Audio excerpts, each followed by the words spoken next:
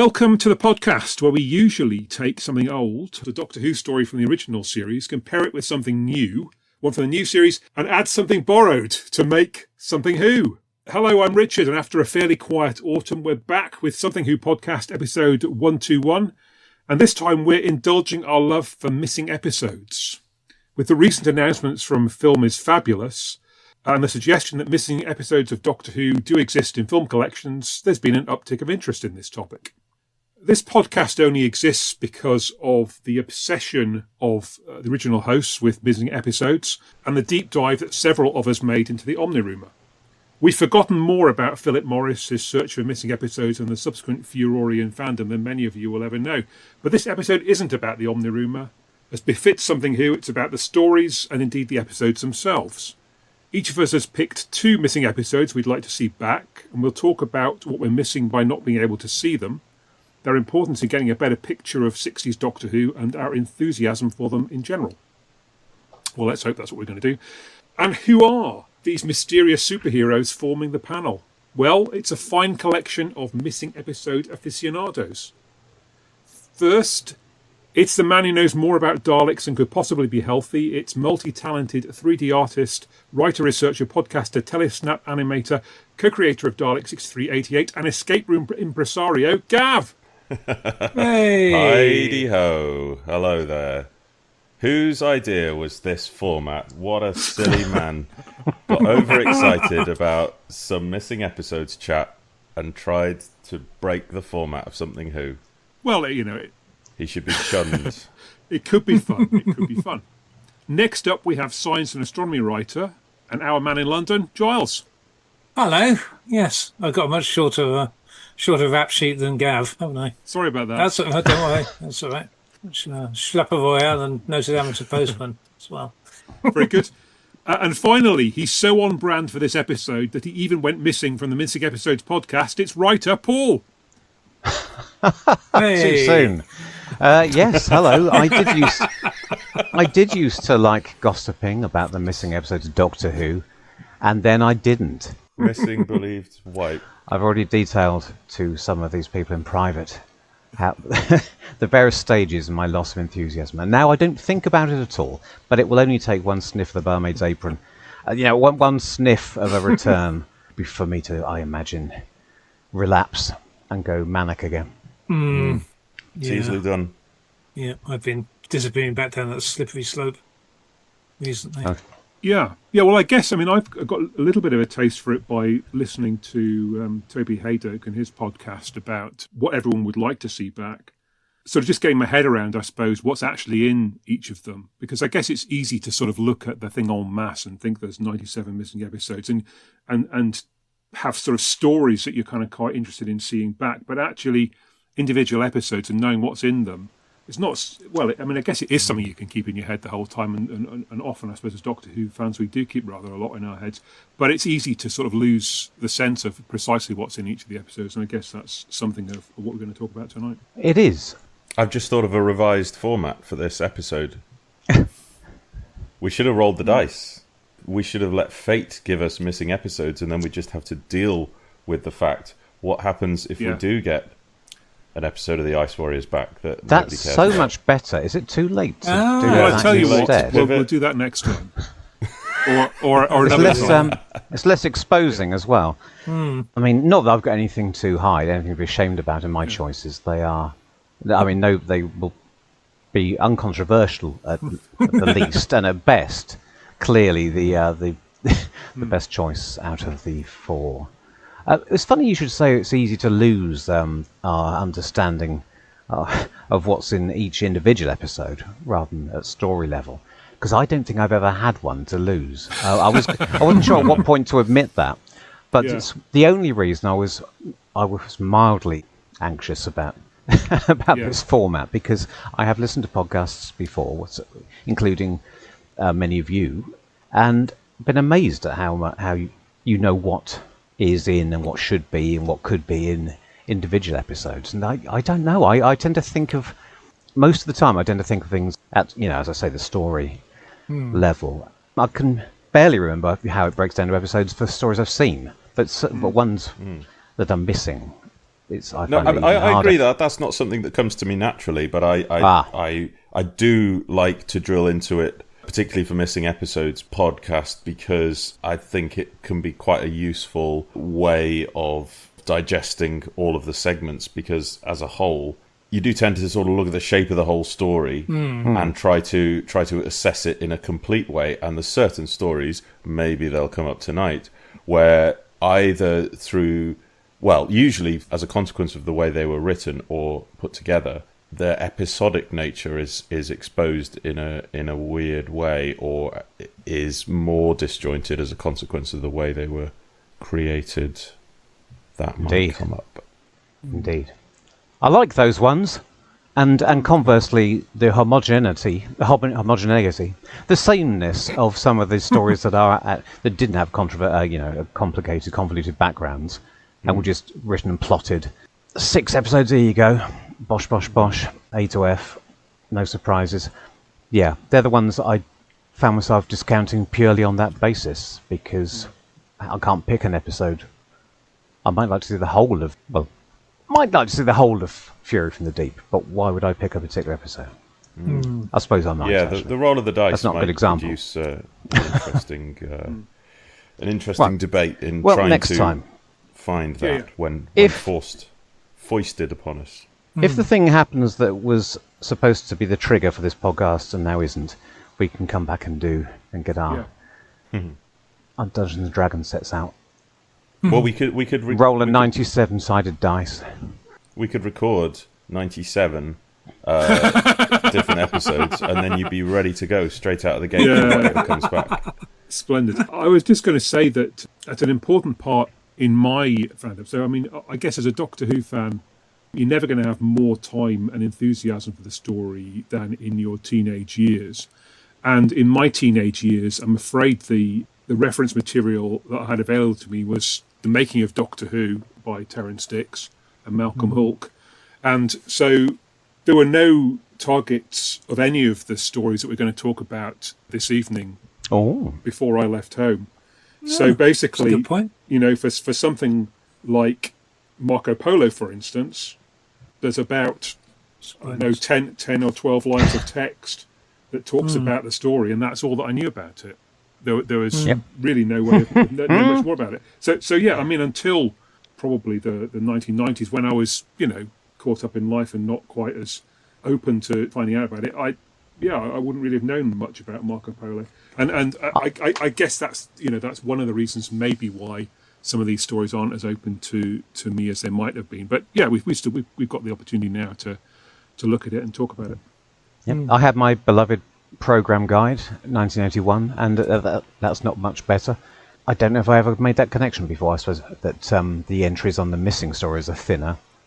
If there's nothing to look at and no book to crib from, they just we had the early archives in the weekly, I guess. Yes, that's true. That's true. They started, and I can't remember whether they trailed off or became randomised at some point, but I sort of have fairly fond memories of the ones in the at least the first 20 odd issues of the weekly. They basically started at Hartnell and started An Earthly Child and went sequentially, and then I think I started losing track of maybe what the content of some of these later stories was when they started jumping around all over the place. It was a bit hard to keep track of whether you'd sort of briefed yourself on everything in order.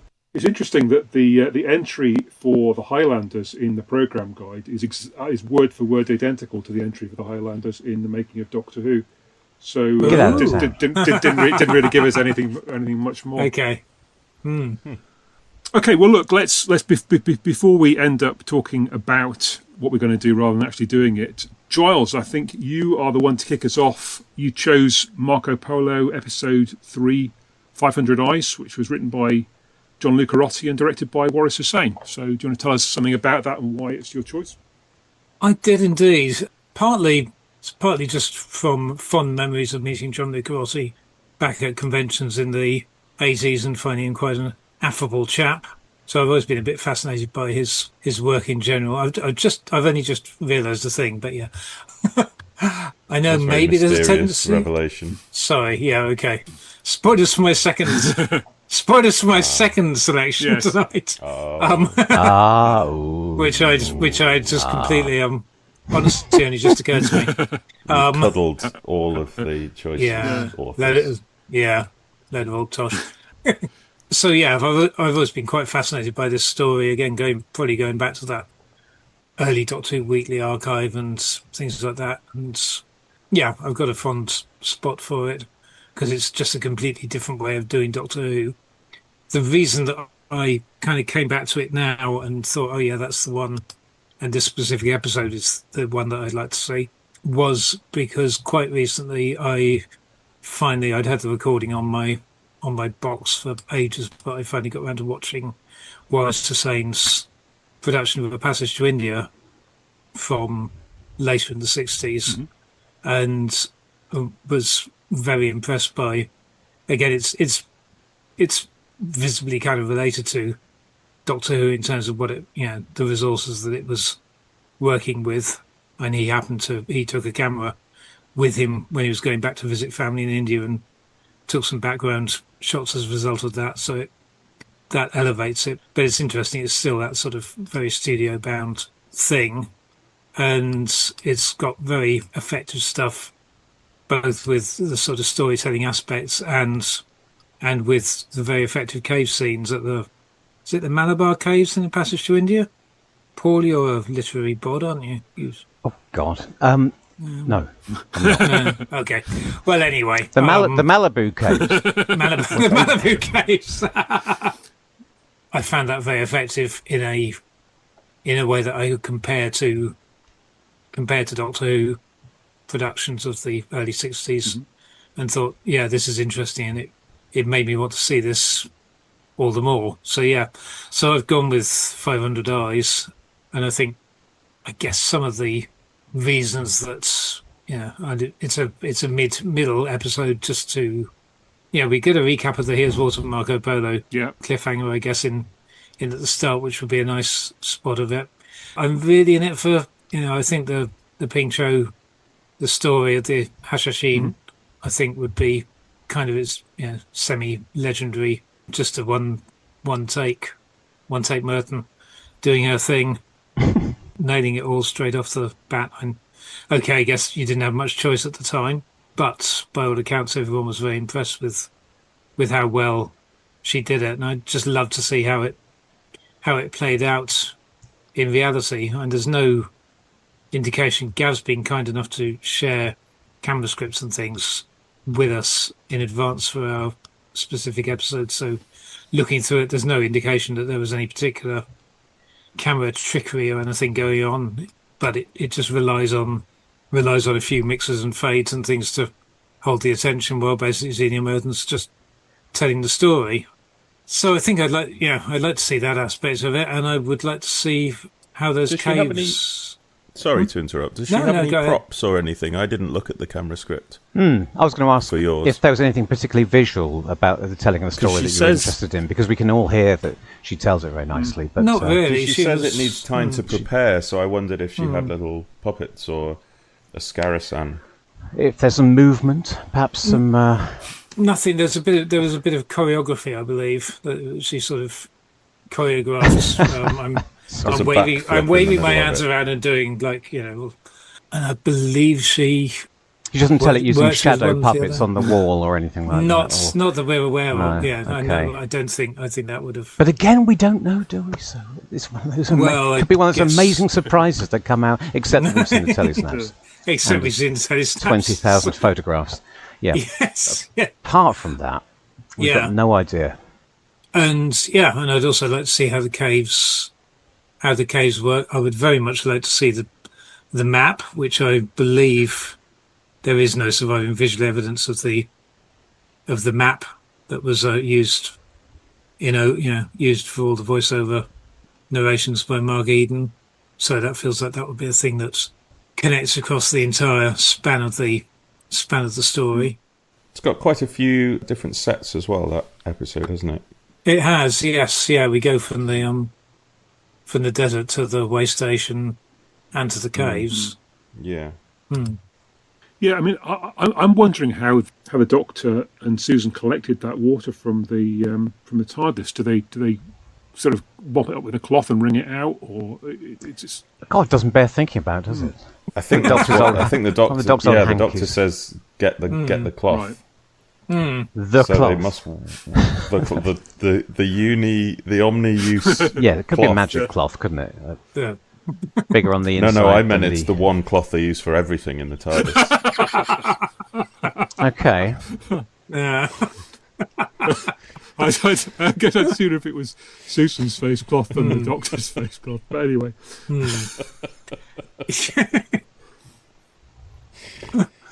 I was sort of thinking about the TARDIS chamois leather.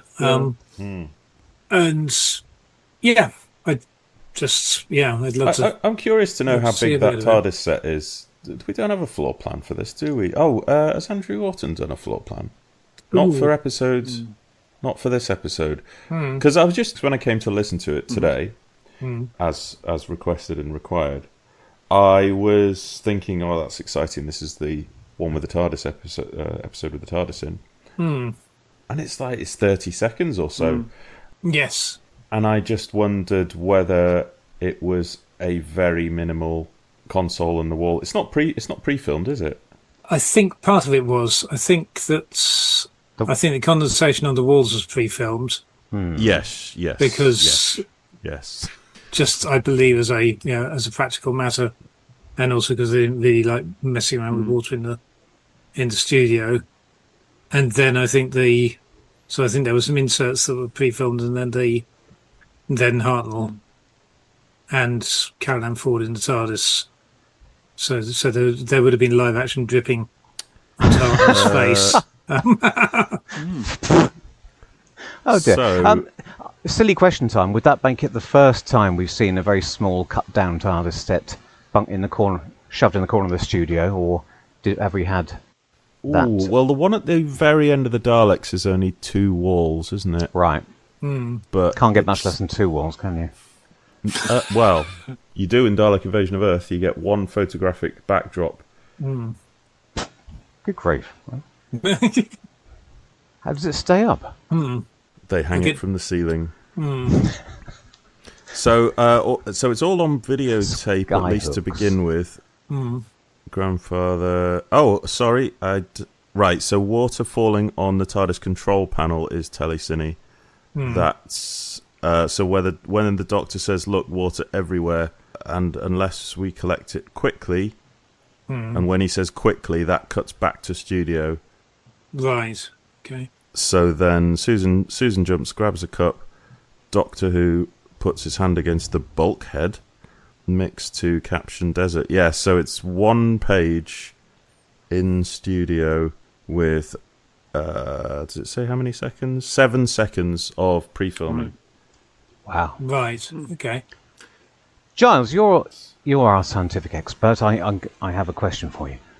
So this has always struck me as one of those sort of, I was going to say pseudo-scientific. Of course, I do know that unlike Marco Polo, I do know that condensation is real science. But I've always thought of it from our perspective, decades later, as being one of those areas where they weren't treating the TARDIS as quite as magic or as advanced as it actually is. You know, if it was a real box standing in the desert at night, then of course there would be condensation on the inside, like anyone who's slept in a tent would know. But if it's completely hermetically sealed and in another dimension, as it's later revealed to be, I mean, presumably, I don't know why I'm even asking this, but I mean, what would it be created from? Is it just the breath of the people who slept there overnight, or like if you're in a non-hermetically sealed unit outside? Does the air? It's the water in the air. There's water in the air. There's humidity, even. Yeah. And it's the change in temperature from the outside, right? Yeah. Which where the air shouldn't affect the TARDIS, but so John Licorice is an idiot for not knowing how it would later be described. Yes. Well, I've got no sympathy. Got no sympathy. And apparently there's no water in the TARDIS. No water in the TARDIS at all. And what about the swimming pool? Do they TARDIS explain food where machine. the water that they? Chlorinated. Do they explain where the water they usually use has gone? Same he place as the I'm Mercury, wondering, I yeah. expect. Yeah, I guess. Yeah. Oh, you mean he's It's the same. pretended It's to the hide same it? logic as in Planet of the Daleks, where the outer shell is sealed, and within about 30 Yep. seconds, all the air in the TARDIS is gone, and they start to suffocate. I do like it when Yes. 1960s writers come back in later decades and write it as if it's the gloriously simple black and white years, where with static electricity and mercury and no such thing as a vacuum. And Barbara's Yeah. lost her hanky by the end of the episode, so don't expect her to be mopping up condensation later on in the story. Do you want it wrung out of Barbara's snotty hanky? Yeah, and aside from that, I guess the other things that would be great to see, is some of Mark Eden and Dan Nesbitt doing their thing. Generally, everyone acquits themselves pretty well. I think Akamat. The only problem is there's two of the minor villainous characters put on Chinese accents, which is a bit but on the other hand, the way How odd of me not to notice. it's is it Chen Shu who's the one that they threaten yes. that they Why get don't you to do tell them where they've gone. a rendition of it, Giles, for Paul? It's Give him an idea of how I'm not like going there. Laurence Olivier on the Walk and Wise show. So, and as usual, Barbara is the only one who works out what's going on. No Yes. flies on her. There's a beautifully deft bit of writing where they say to Garner, "Did they build a fire?" to corner him, and Marco just cuts across it because his weight of evidence is already biased in favour, and he says, "Well, obviously they didn't make a fire because if they had the evidence of one." Next, and it's just such a nicely plotted move Of writing. I mean, I guess it's what we've seen in recent times, which is that if you are minded to think in a particular way, then you're not really going to be swayed by those sorts of arguments because, Yeah. And I do like in general, talking about the writing, I like the fact I was surprised watching it to find that it does sort of jumping around and the characters are where they need to be, in particular with the Barbara thing. Like it just takes them from one place to another. We don't have to spend ages telegraphing that, she's going to this place or that she's come from the other place. We just, she's there when it's required.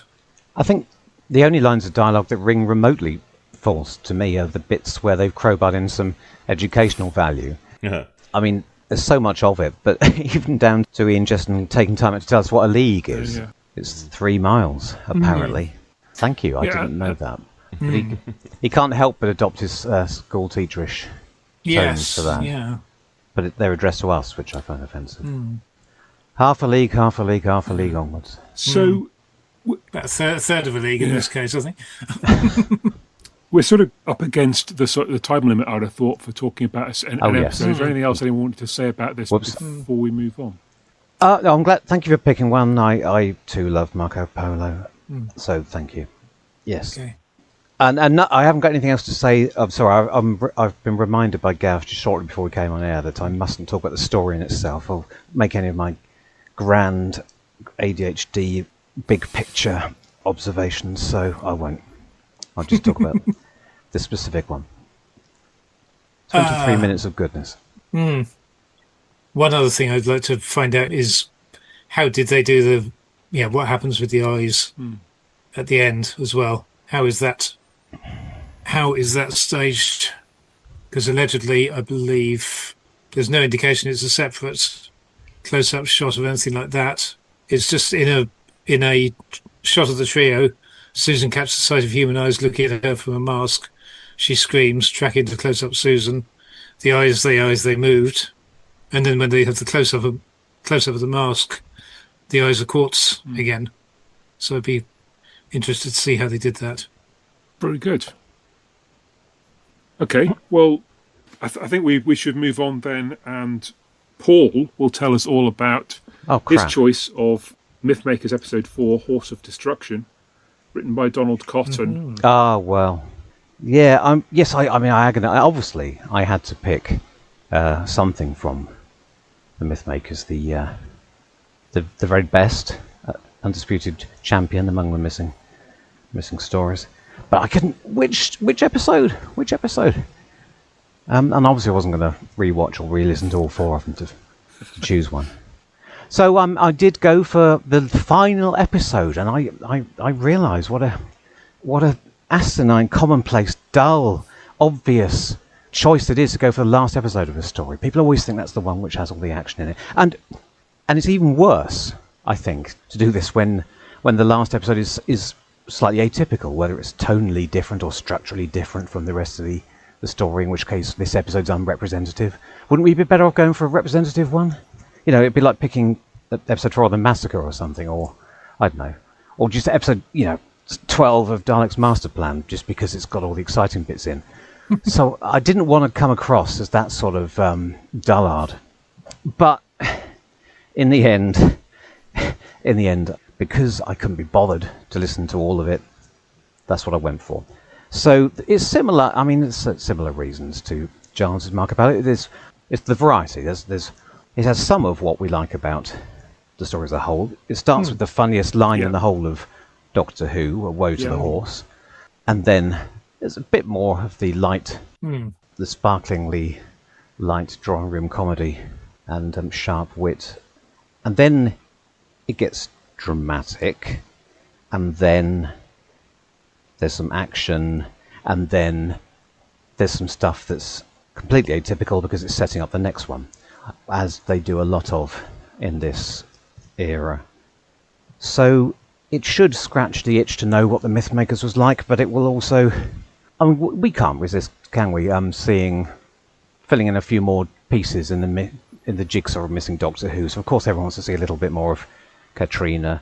They want to see the companion's exit and see if it is as emotionally charged as Shakespeare's telling of Troilus and Cressida. And I think the switch from the light comedy to the impending tragedy and mass massacre is an interesting comparison with Massacre 4. It comes across quite subtly in the scene between Stephen and Vicky, where he has to hint to her, because his history is better, that it might be a good idea to get Troilus out of the city. Whereas in Massacre, the Doctor doesn't really share any knowledge of what's happening until they've left and it's too late. So, yes. Oh, and also one moment I particularly like, right at the very end, nothing to do with the Mythmakers, but Katrina entering the TARDIS is quite delightful. It's unique, to say the least, but there's so much going on there. The Doctor's mourning Vicky, Stephen's in the corner, apparently dying of a knife wound, and Katrina is assuming she's dead and in paradise. I don't know, I keep comparing it to the Massacre Part 4, but it's rather more interesting than Dodo Chaplet running in, doing a funny voice. So it's quite a journey across this episode, is what I'm saying. So it's almost like 4 stories in one. I'm going to go with that. And I'm not picking it because it's got a battle in, and I think it's going to look particularly good. But of course, battles and action in general are things that suffer more on audio. So a great episode will only be better if there aren't any moments where you're thinking, what on earth's going on now? So there you go. Although, the ultimate expression of that philosophy would be to choose the Feast of Stephen, and so got to keep these things in perspective. There you go. That's Mythmakers 4 for you. Yeah, I mean, I watched the loose cannon reconstruction for this, and for considering there are no telesnaps and only a few pictures, it was surprisingly watchable. I've never watched episode 4 on its own before, and people always say, "Oh, it's 3 episodes of comedy followed by 1 of tragedy," but it isn't really. It's sort of 3.5 episodes of comedy followed by about 5 minutes of tragedy followed by something else. So it isn't. It's not quite the way people would tell you. But yeah, enjoyed it. Yeah, I think quite. It's somewhere between those two, because I think it starts to bleed from one to the other quite gradually, but you don't really notice it happening. But yes, I agree. Yes. Although there is quite a jarring moment where the Doctor is cackling with glee as the murders are starting. There's a little bit of a clash. Is that scripted? I didn't check. Or just because he's happy to see everyone, isn't he? Whilst the other lot's just being prodded with a big knife. It's hard to know, I think, how much killing is actually on screen. I mean, there's certainly a couple of deaths, but I mean, there's a lot of it just happening off screen, and you're sort of hearing it but not seeing it. I don't know. Yeah, I mean, you wouldn't really know that we lose Paris and King Priam. Even from watching the recon I watched, it wasn't clear because there's no dialogue to refer to it, I don't think, is there? The only dialogue refers to the fact that they're going to remove Cassandra. I think the last we see is them closing in on them, really. But I hadn't appreciated that Cassandra survived until the end, actually. Like, survives and gets taken away. Yeah. Then I don't know. I don't actually know the myth well enough to know what happens to her.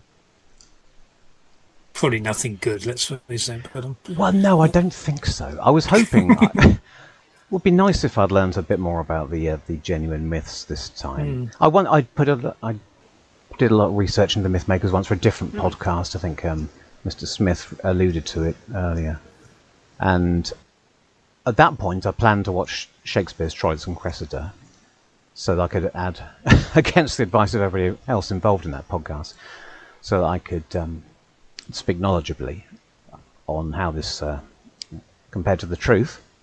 And I didn't get to the end of it. Since then, I have watched the whole thing. It was on at the Globe about a month ago. It was very, very good. It's structured just like the Mythmakers. It's comedy, tragedy, and unpleasantness. So Shakespeare got it from Donald Cotton, clearly. Yeah, I mean, but as none of us know anything about.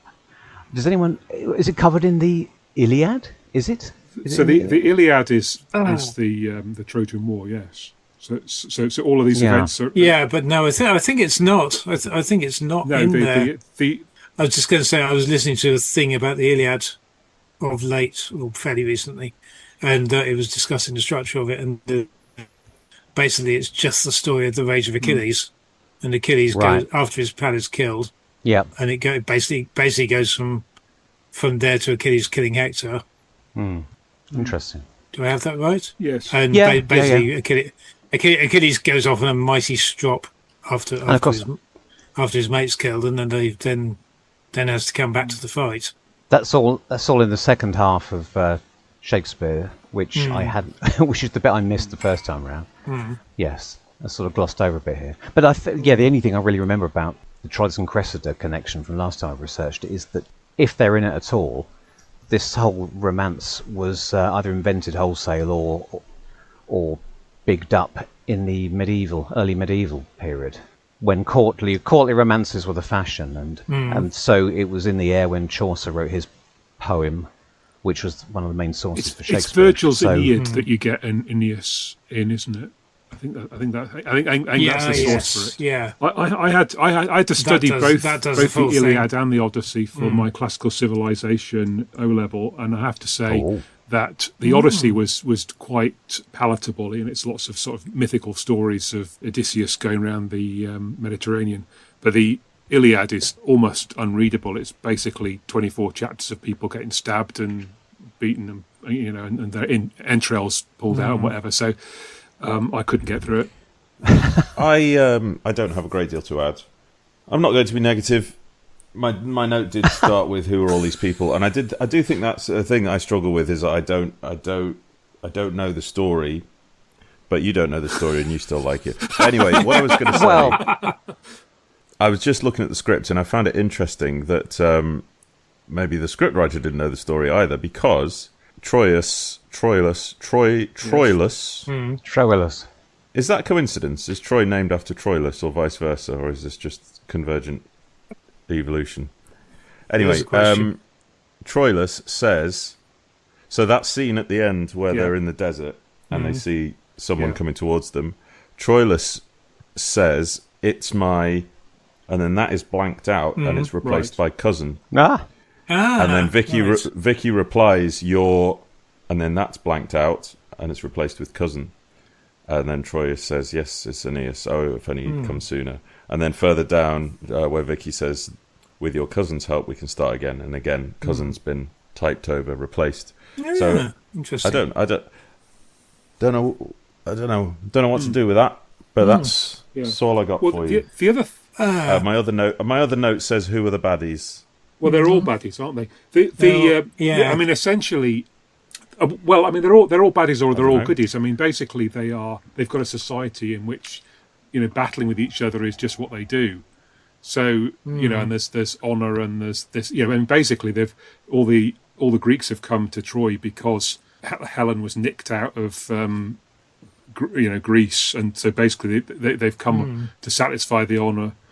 Yeah, but I mean, it's sort of back and forth, and there's lots of killing that's involved, but it doesn't seem to be particularly for anything. It's just, it's two groups of people trying to demonstrate their dominance over each other, isn't it? Maybe it's different in the other episodes, but in this episode, it seems that the Trojan characters seem more sympathetic and likable than the Greeks. I mean, Odysseus in particular, who's the main antagonist on the Greek side. I find it Yes. Again, being uneducated, I find it baffling to hear that the Odyssey takes him off on 10 years of exciting adventures around the world, because in this he's just a ranting bully, an oaf, and in Shakespeare's Troilus and Cressida he's a bit more nuanced, but he's still not in any way a heroic figure. So I don't know why people. He's definitely the hero of the Odyssey. And I can't remember enough of the Iliad to tell you how he's portrayed in that. No. The other thing is that Achilles should be killed by Paris with an arrow in his heel. And here they've got Troilus killing Achilles instead. But then Paris is not a hero in this. So perhaps that's deliberately done just to sort of emphasise the fact that maybe Paris is sort of or somebody's rewritten the myth to put Paris in the position he ought to have been in as the number one son. I don't know. It might be really clever, or it might just be bending the story so that it puts Vicky in spotlight. I interrupted you, Paul. Sorry. Well, I'm just going to keep saying things that we can't answer because you're the only person with a classic education. But the choice to who knows at what stage in the writing this was decided, of course, because it depends how soon they knew that Maureen O'Brien was getting written out. But the choice to turn Vicky into Cressida and pair her off with writing around with a romance with Troilus is eccentric because they don't go off into the sunset, but for a happy ending in the classical myths, which was something that knowledgeable fans would always darkly say to less knowledgeable peers.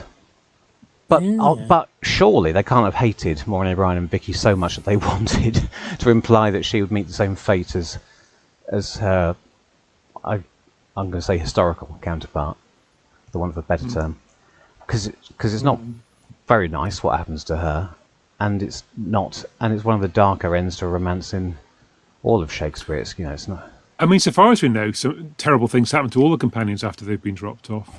Well, apart from Ian and Barbara, they've been written a nice ending, haven't they, by Russell T Davies? But well, at least we do finally know that Vicky's all right, don't we? And she lived a yes. Does she imply she lived a long and happy life with Troilus?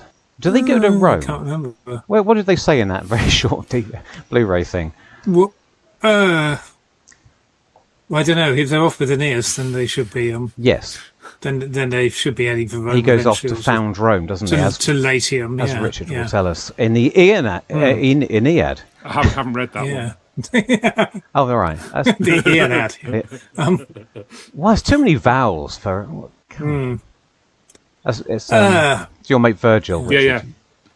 So you along with Scott Just- and Thingammy from the Thunderbirds. Yeah. Yeah. Just to briefly touch on another variant on missing material in alternate versions, I was intrigued looking at the scripts, the camera scripts, to find a couple of missing scenes in there that presumably got cut before.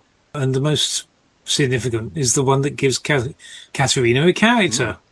Oh, There is, on page 13 of the camera script, a meeting between Vicky and Katerina, where she says, "Did you want something? Oh no, thank you." And then that's it. But Katerina actually starts talking and has a proper conversation with Vicky about the horse and whether it means Troy's downfall, and comes out with the whole thing about how did you become one of Cassandra's handmaidens. Through the auguries, it was foretold that I should be, and it has been foretold that I shall not be. What do you mean? And then she said, "I'm going to die." And this sounds a bit Blackadder, but my own pet dove flew backwards to his nest, then beat his wings thrice and died. When we examined him, he had no liver, so I shall die. Yeah. And Duncan's horses did turn and eat each other. As That does sound like the first series of Blackadder for sure. Yeah. Yes. So, but nevertheless, it's fascinating that was cut, because considering how poorly served poor Katerina is, anyway.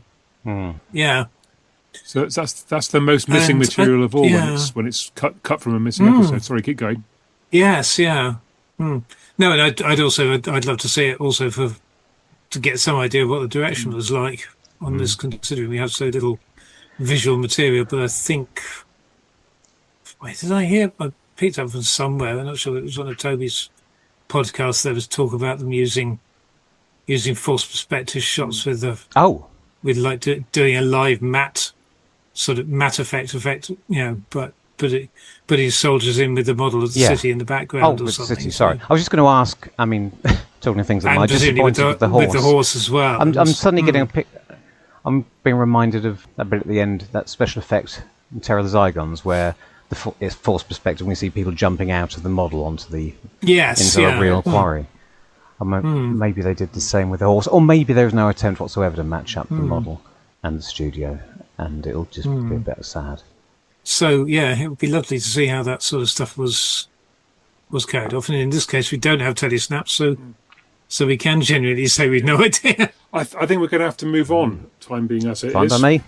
and onwards to Gav, Hello. who has chosen hello. for us a true classic, the final episode of Dalek Masterplan: Destruction of Time. Oh, for goodness sake! Final episodes. What did I say? Final episodes. That's where they spend the money. So my understanding is that when the buffoon who formulated this idea laid down the guidelines, he said no Dalek episodes in an attempt to produce a more diverse range of episodes than just the obvious ones like Evil of the Daleks 7 and all of those. And I then promptly forgot that. So yeah, Dalek Masterplan 12. It's really, really unusual for lots of reasons. I mean, there's no telesnaps.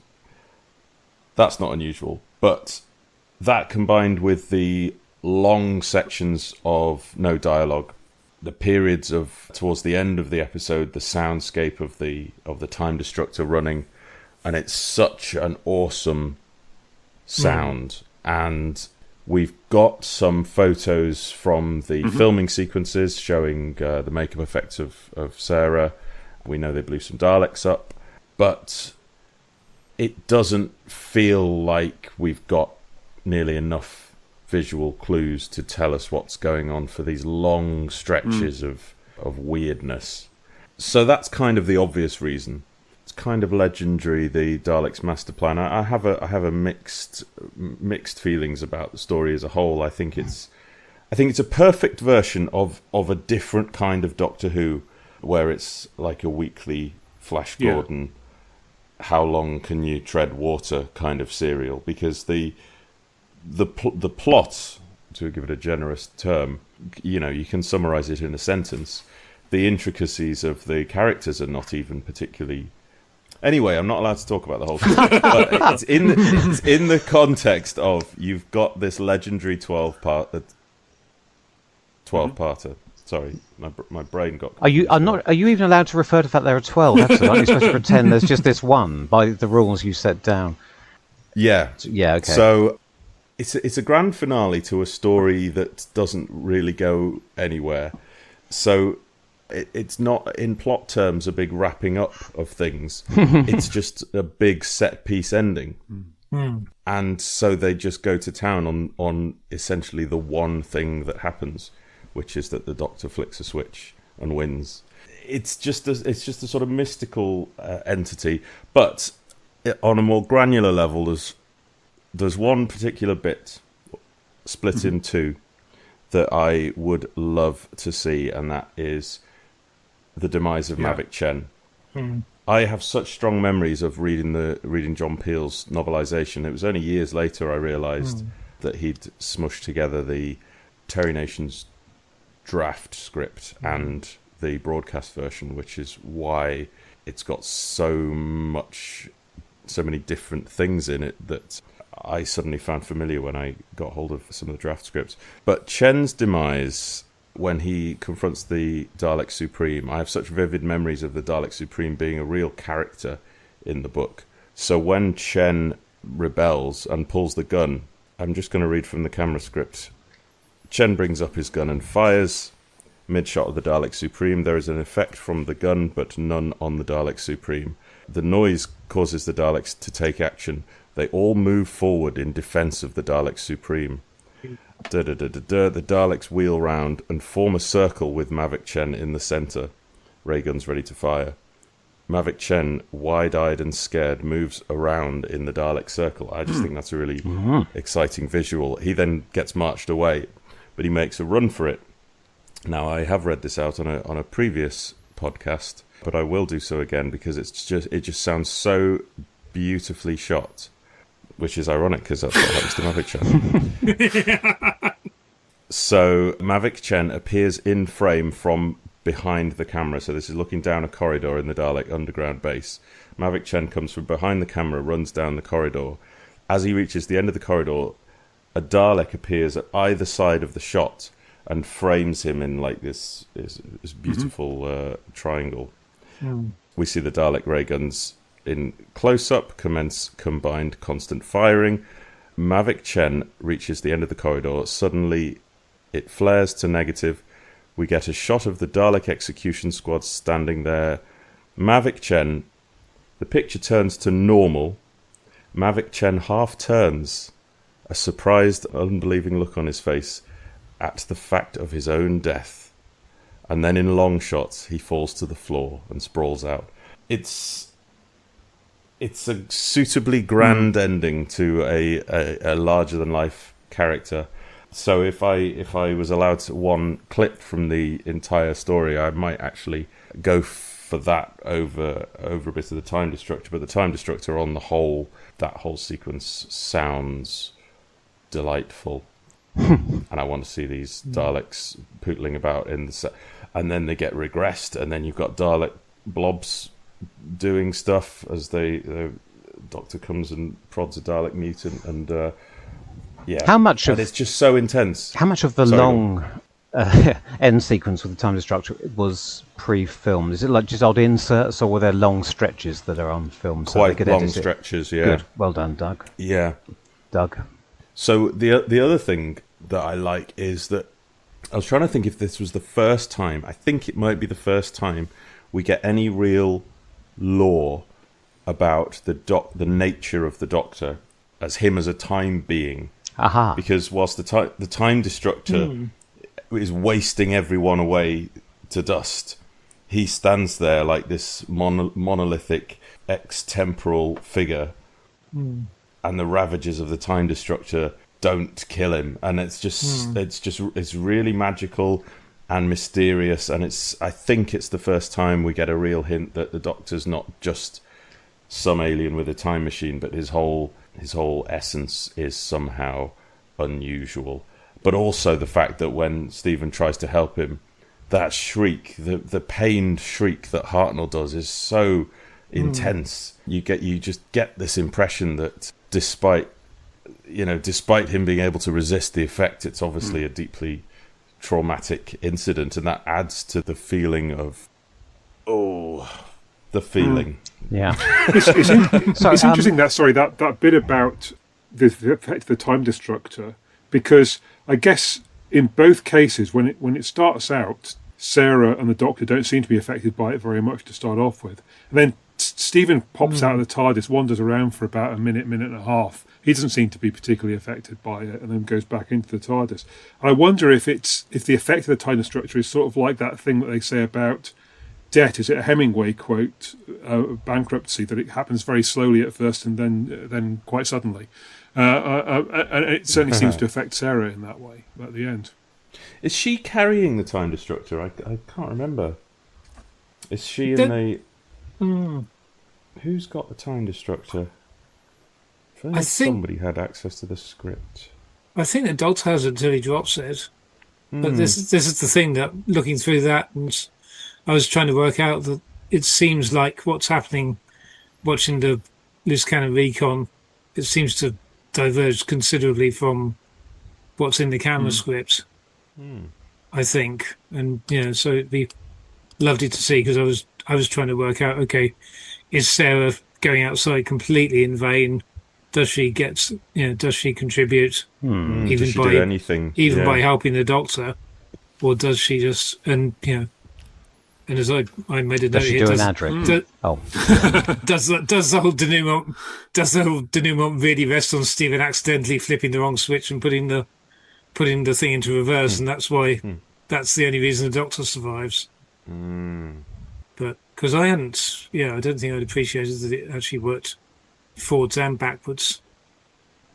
Gav, your comment about this expanding the nature of the Doctor, is that in Terry Nation's draft? Do we have him to thank for something as interesting and groundbreaking? He didn't do anything in episode 12. He just wrote synopsis. I see. So okay. And his synopsis just says that the Doctor uses the Daleks' time machine against them, or whatever. Okay, but so everything is Dennis Spooner by Spooner. To sort of go back to that thing you were saying, Gav, about the plot of Dalek Masterplan not being particularly full. Here's what Terence Dix had to say about the Dalek Masterplan in the making of Doctor Who. He says, the Doctor lands on the planet Kemble in 4000 AD, where space security agent Brett Vion is trying to warn that Daleks are about to destroy the Earth. Brett is shot, being mistaken for a traitor. The TARDIS lands on the volcanic planet Tygus to be pursued by the meddling monk. Finally, on Kemble, the Doctor activates a time destructor, wiping out the Dalek invasion but killing space agent Sarah Kingdom. Full stop. I mean, I can't deny it. That was a good one. No mention of Magic Chen. No mention of those bald dudes who were so important in the first half and then just disappear. What are they called again? Technics. Technics, yes. I was trying to remember, because we went to see Gary Newman on Friday night at the Hammersmith Apollo, and he was flanked by a couple of Technics on lead guitar and bass. It was quite haunting. Saucy. You've just reminded me of something I was going to say about the Mythmakers 4, which is I blame Katerina for the Doctor's famous fluff, which isn't as bad as people say. Of course, yes. Well, I mean... Because because she's supposed to say Doctor, but she says Doc instead of Doctor, which throws him, and so he stumbles and says, I'm not a Doc. Because he's obviously thinking, why has she just said Doc instead of Doctor? And he's all baffled. Anyway, sorry. Yeah. Very good. Good point. The other observation I had to make about this one, I did enjoy Shen's paranoia about the Doctor at the start, and the idea that he thinks the Doctor's trying to supplant him. And I asked you for the script of episode 11 to try and work my way back and see whether anything is planted there. But it isn't really, but unfortunately, it seems to come out of nowhere. But again, this is something that if we got it back, we might see more of. But I did wonder, structurally, everyone always goes on about the fact that the Doctor just disappears 10 minutes into episode 11, Weird, and then isn't doesn't. It is weird, and I wonder whether it is deliberate for. I wonder whether the purpose of it is just to set up the idea that maybe the Doctor is doing something secret behind, because there is a lot of dialogue planted between Stephen and Sarah about, the Doctor must have been captured. He must be there. All the time they're wandering around in the Dalek control center, meeting the delegates. They think they're going to find the Doctor. I haven't got access to the rehearsal script, but I have a feeling that Hartnell's role is reduced and his lines are given to Stephen. Ah, right, okay. Because I think there's a line where Stephen says something quite incongruous, like the Doctor says such and such. There is stuff about I don't have time to some kind of electrostatic time compass. And he says, I don't have time to explain that to you. So. Yeah, but the fact that Hartnell's in it at all is what's really weird. The only thing I can think of is that he was allowed to leave early, so they filmed his bit, and then he left. For a funeral? Well, it was his birthday the next day, but whether or not what was that's the a good enough funeral reason anecdote? Don't tell me. he wasn't allowed a day off to go to his aunt or his grandmother's funeral, the woman who raised him. But he was allowed. Is that during the Mythmakers? Somewhere around there. Don't know. I'm just looking at the camera scripts. It doesn't say who's holding the time destructor for that last bit. It just says, Sarah is now very, very old. So, any final thoughts on this before we wind up and move on? I think, yes, that the ending is one of those powerful scenes in all of Doctor Who. Yes, I mean, I would like to see it, but conceptually, it's something I don't think has ever rivaled. There are going to be lots more super weapons over the next few decades, with equally fanciful names as the Time Destructor, but none of them will ever have the heft and sense of doom and the effects that we see here. So we do need to thank whoever was responsible for taking the story down that path, I think. Yeah. There amongst a few grains of sand is a small dead embryo of a Dalek. The Doctor tips his hand and a small stream of sand falls to the ground. Okay. So my choice for this first round of stories or episodes was Power of the Daleks episode 1 by David Whittaker. I guess for the very obvious reason. No Dalek stories, Richard. Yeah. Well, there aren't any Daleks really, but the truth of the matter is I completely forgot that stipulation as well. Yeah, for the very obvious reason that it's Patrick Troughton's first episode, and I'm interested to see how that goes. I guess we've got little snippets of video from the off-air films.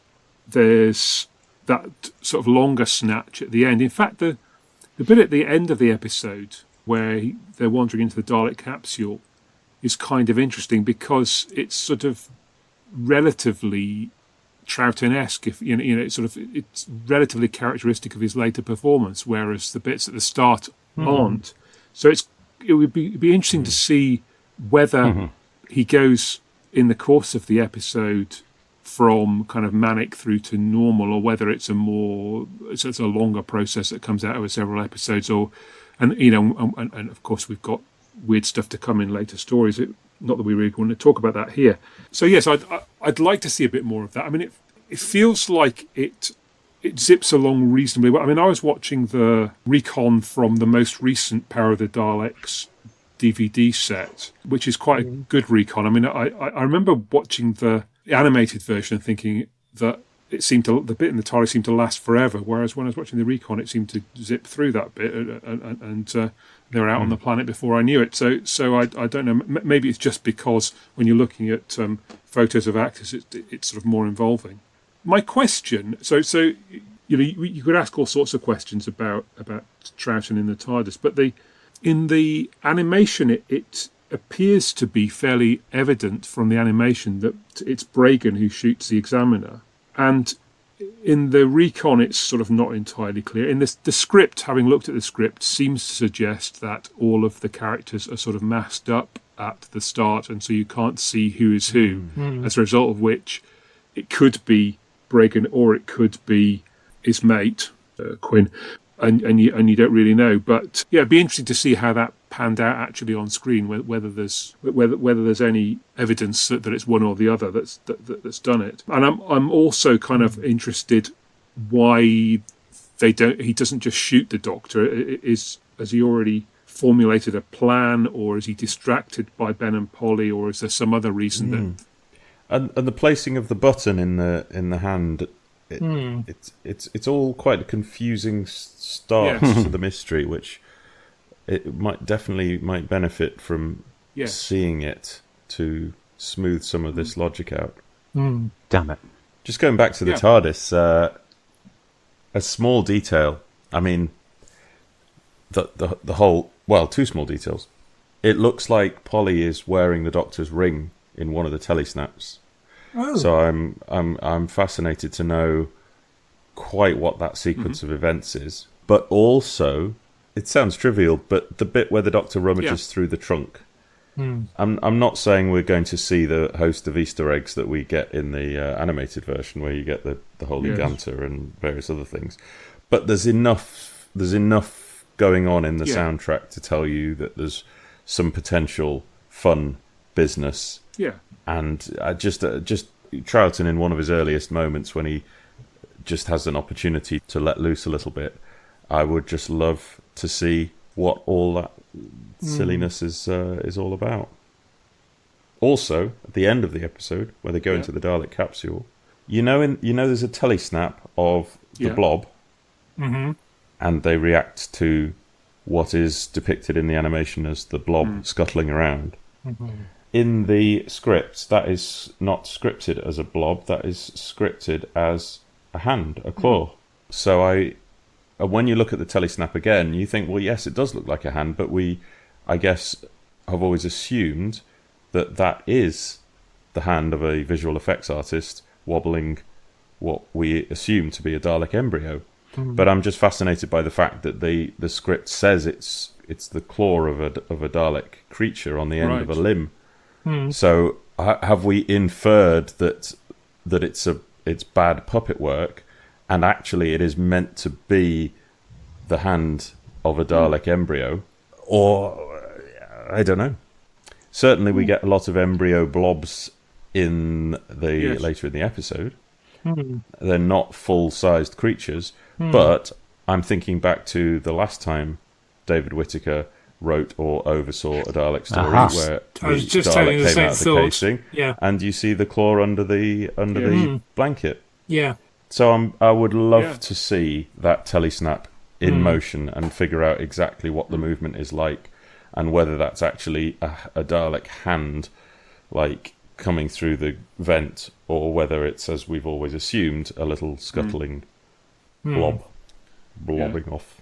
Yeah. I've always preferred the opening segments to the ending segments. I find in quite a lot of Doctor Who stories that the end is quite rushed, and that sometimes the opening segment there's a little bit more time to breathe and to sort of take in the surroundings. And it isn't always where they spend the money either, is it? The ending, the final episode of a story is often where they've run out. But so both in script terms and production, and especially in the early days when people actually do wander about in opening episodes, when they do arrive and take their time to look around and explore the world building with that. I, without dissing any of the other episodes, because I enjoyed all of them, but I don't know, I can't remember what order I watched them in, but this one seemed a bit more alive right from the beginning. It seemed faster paced, and the dialogue to have a little bit more zip to it, which is not what you always get from David Whittaker. It depends what mood he's in. Obviously, we'd all like to see the evolution of Troughton's portrayal. I'm going to throw my hat into the ring. I think that although he's later renowned for ad-libbing and being a bit free, maybe a bit free with the scripts, adding lots of touches and nuances, I think maybe here he's going to be following the script a bit more closely, and I think all of the eccentricity will be as written.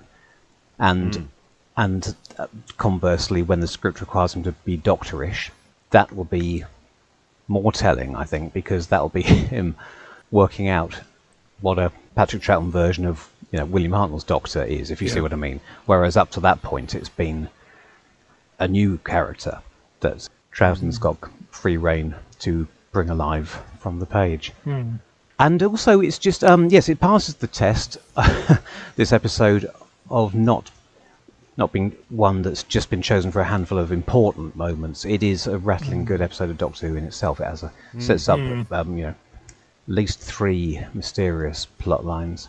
I hadn't spotted that Bragan's plan seems to change on the fly in ways that he couldn't have anticipated with Examiner, as Gavin said.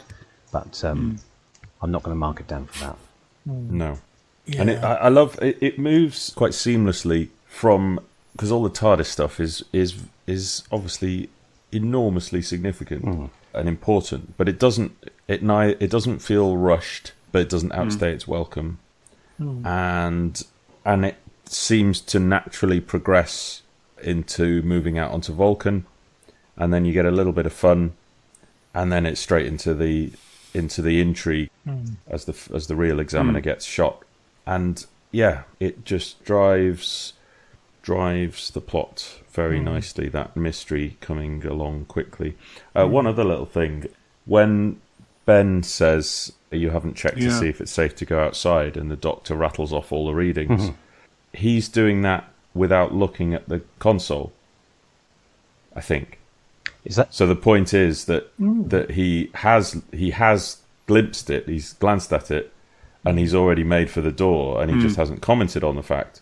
So so what sounds like the Doctor reading off a screen is the Doctor having memorized all the readings in a quarter of a second and telling Ben what he's already read, and then he continues going out the door.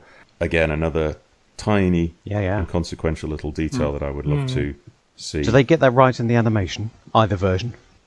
The one I watched today, yes, the Doctor is not... Well, he's not looking at the... It's a close-up of his face when he's saying the readings, so I think it is there. But I want to know if there's any hint that Troughton saw it for a split second and then walked off, and how deftly is it done? A million questions about Power 1. I could go on all day. And I know it's outside the purview of this format, but I was looking at the rehearsal script briefly by accident, and the rehearsal script, unlike the draft script, should be very close to the camera script, but it really isn't. Okay. And one bit that I happened to make a note of, Ben says, it must be very useful, this renewal business, and the Doctor fiercely says it can be agonizing, no one would ever submit to it voluntarily. I fought it. I fight it every time. It is part of it is part of the TARDIS. Without it, I could not survive. It is over 750 years since I left my own planet. Ooh, so yes. Okay. So he's regenerated before, and he's knocking on a millennium by Power of the Daleks. Where to go with the big lord None of that, mate. Yeah. Just. Yeah, going back to that 1965 annual. I can only echo what everyone else has said. Love it. Would love to see it. Aside from the Troughton stuff, I think it's a superlative story, and I love the way everything's set up. It's interesting what you just pointed out about the whole business with the badge and so on, because that feels like there must be, everything else hangs together pretty tightly, and I love the way that once we're on the base, he seamlessly introduces all the different strands, and because that could get quite that could become a bit of an info dump, and you get sort of, I think, you get Janley going from one place to another, and you get everything just feels like it's done very smoothly, and this is from her thing with from the author that bought you Enemy of the World kind of in a good way, and it never. So I'm sure this is a really trite observation, but it never occurred to me that basically the setup is Creative Mass Experiment, but on another planet and with Daleks, isn't it? Oh my god! At least at the start. But it's really hard to beat, and I think Power is, again, going beyond the remit of this. It feels like Power is one of those ones where where it absolutely maintains the quality through every episode, so far as we know. Well, maybe someone has chosen it as well, and we can talk about it a bit more. Who knows? Yeah, no doubt someone's chosen episode 6, I bet. Well, so I think we should pause the first half, discussions of the first half of these selections. That may well, in fact, be the end of part one of our podcast, in which case, come back soon and we'll talk about the rest of them. As far as we're concerned, of course, we're just going to nip off, have a cup of tea and come back and get on with it again.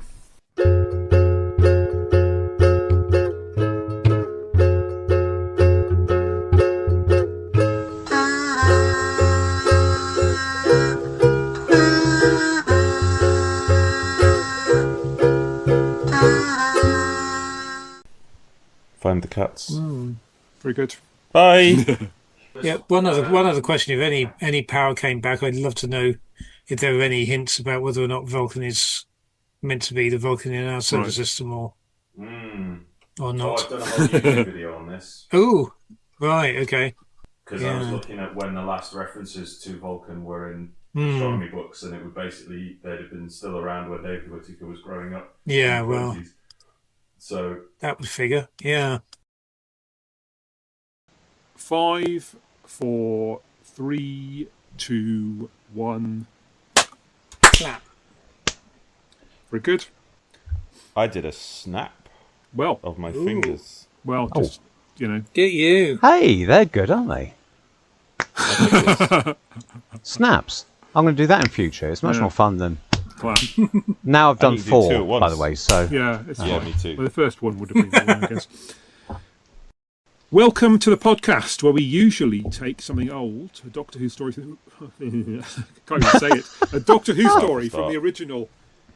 Welcome to the podcast where we usually take something old, a Doctor Who story from the original series. And it's a one of the Doctor... yes. Oh, sorry. I've run out of steam on this.